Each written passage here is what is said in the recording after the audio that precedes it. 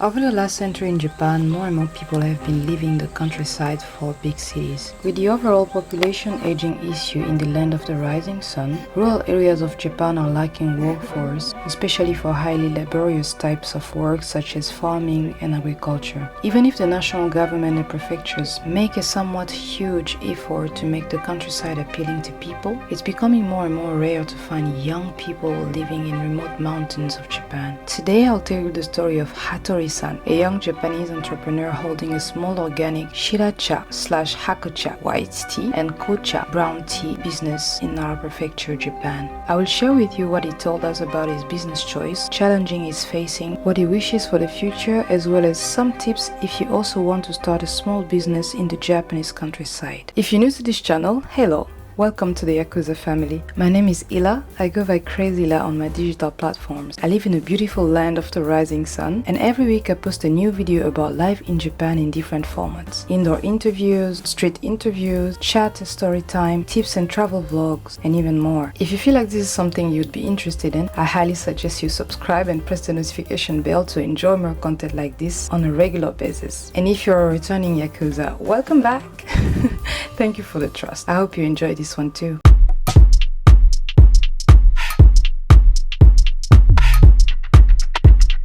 In the past 2 weeks, I have been sharing with you guys my adventure in the Japanese countryside, precisely in Nara prefecture where I went on a summer retreat. The retreat was about showing kindness to the world, learning things about the Japanese countryside culture and much more. Today's activity consists in helping a young Japanese entrepreneur named Hattori-san to remove unwanted plants in his small tea field. Oh yeah, it's actually his birthday. While doing this activity, I was reminded of my grandmother who had a considerably huge agriculture field in a corner of Kinshasa city, and how she used to drag my sister and I into watering every sort of vegetable she was planting. Among the things she did teach me, gently separating a plant from another was one of the funniest. So I had the pleasure to apply my ancestral knowledge this far in Japan. And my colleagues couldn't help but notice and tell me how fast I was. And I couldn't help but ask questions to Hattori-san about his unusual career choice and how it's gone for him so far.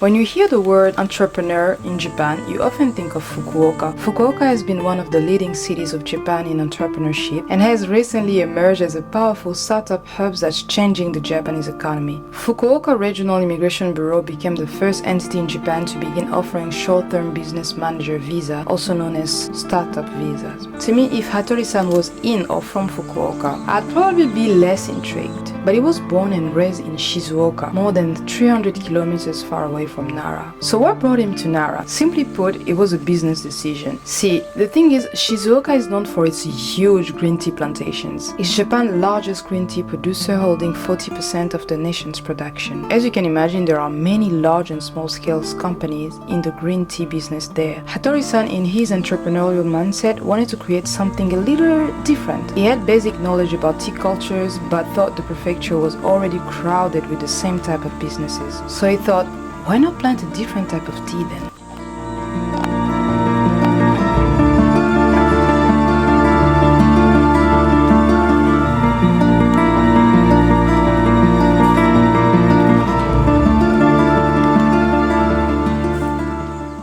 He chose white and brown tea for his endeavor, then checked where could be a suitable environment for such plantations in Japan. He also searched for a prefecture offering funds for startups in agriculture and found out that Nara prefecture was doing so. So, in his early 20s, he left his family and friends back in Shizuoka and moved to the high mountains of Nara in the village of Higashi Yoshino. He found a fairly big house where he pays 20,000 yen a month. That's about $160 nowadays. And he started planting shiracha/hakucha and kocha nearby his house. To make a difference with other type of tea businesses in Japan, his selling point is that he hand-picks them and always sells the leaves fresh or dry. He does not wrap them in any type of plastic and highly hates PET bottles. We laughed when he kept saying, "I just don't want my tea to be in PET bottles." I find that very thoughtful of him for the environment, and I started imagining vending machines selling fresh and dry leaves and people come with their usable bottles full of hope. hot water to just buy leaves. I don't know how feasible that is though. So there is a business idea for you, I guess. You're welcome.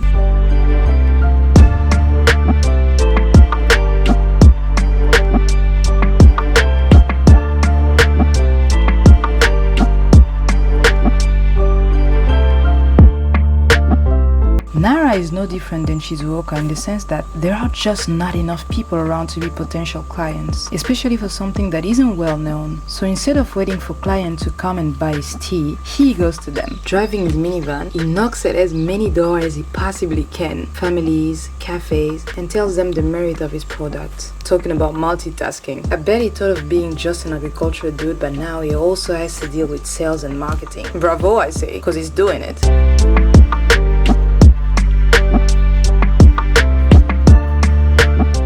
Despite being multitasked, he barely makes ends meet. There are still not enough buyers and people do not know much about white and brown tea in Japan. Also, the Japanese Agricultural Corporation JA won't buy his product because they're rare and unique. They don't meet JA's standards. That doesn't stop Hattori-san though. He wishes to create and spread a new tea culture in Japan. So his passion keeps it moving. You should hear him talking about it. It's fascinating.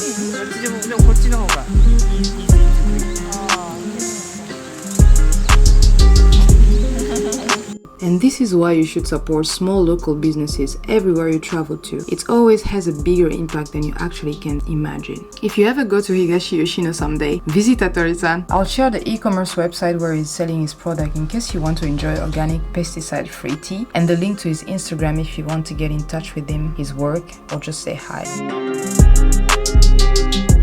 Now let's talk about tips to start a business in Japan, especially as a foreigner. The prerequisites here are of course your business idea, a thorough research and market study, basically who's your potential client, why would they need your product, who's your competitor, etc. A feasibility study, basically the where, the how, when, how much, how long. Then comes the administration, where you have to 1. Register your office address. This can be your residence in some condition but never a virtual office. 2. Meet only one of the following conditions. Have a capital or investment capital of 5 million yen, which is about $50,000. Have 2 full-time employees other than yourself, or have a full-time employee with a capital investment of 2.5 million yen, which is about 25,000 US dollars. As for the visa, if you're a foreign national in Japan and need to start a business, you need to make sure that your current visa allows such endeavors. If not, you have to apply for a business manager visa that goes up to 4 months with the possibility of 1 year extension. This gives you the time to set your company.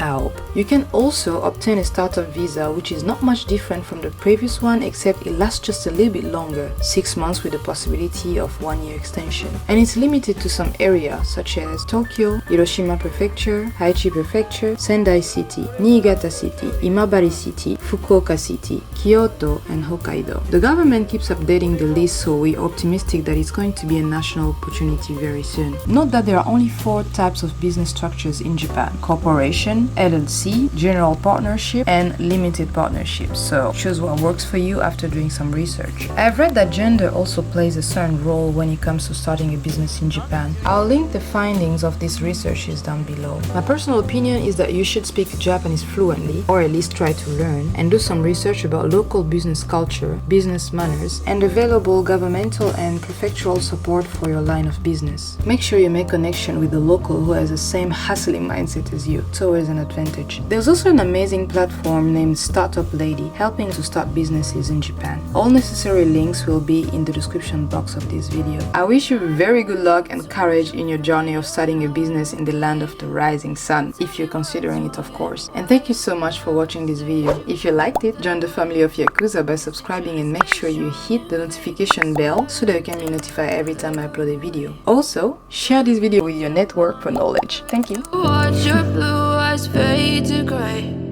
as you fade away.